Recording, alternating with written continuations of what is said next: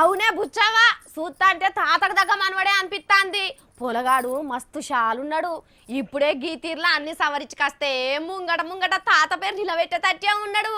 పిల్లగాన్ని చూస్తా అంటే తాత నిడిచిపెట్టి అస్సలకే ఉన్నాడు. లా గంత పాయరం తాత అంటే ఎప్పుడు కూడా తాత ఎంబటే తిరుగుతా ఉంటాడు. మరి గీ తాత మన వల్ల కథ ఏంది, అసలు ఎవరాళ్ళు ఏం చేసిండ్రు అని అనిపిస్తున్నదా? తెలుసుకోవాలంటే పోయి చూద్దాం పాండ్రి, ఆడికే పాండ్రి.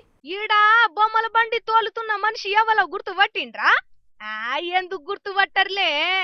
హావ దునియాల కేసీఆర్ సార్ కి ఎంత పేరు ఉన్నదో ఈయనకు ఎంత పేరు ఉన్నది. ఆ మీరు అనుకున్నది కరెస్టే. మన సీఎం సారు ముద్దుల మనవడు ఈ మాన్సు మరి బడికి సుట్టి పెట్టిండో పగటాళ్ళ దాకా పోయి వచ్చిండో తెలియదు గాని క్యాంపు ఆఫీస్ లా ఈ బ్యాటరీ కారేకి తోలుకుంటా తిరిగిండు. మరి తాతయ్య ఇలాకాల మనవడు నడుచుకుంటా తిరిగితే ఇలువ ఏముంటది చెప్పుండ్రి. మళ్ళా డ్రైవింగ్ లైసెన్స్ తోని కూడా పని లేదు.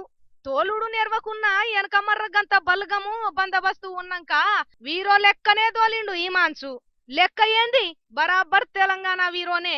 బతుకమ్మల ఆటకాన్ నుంచి బంగారు తెలంగాణ కోసం పెట్టిన పథకాల పనులు చూసేదాకా తాత చెయ్యి ఈడవకుంటనే ఎమ్మడబడ్డాడు ఈ మనవడు.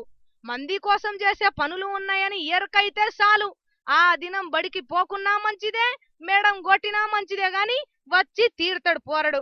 గింత చిన్న ఈడులోనే సర్కారు పెడుతున్న పథకాలను, ఆఫీసులను, ఆఫీసర్లను గింతగనం తేరపార చూసుకుంటా నేర్చుకున్నాడంటే తాత కేసీఆర్ సార్ పేరు నిలబెట్టే అసలైన మనవడు ఈ మాన్సే కాక ఇంకెవలు అనిపిస్తున్నది కదా.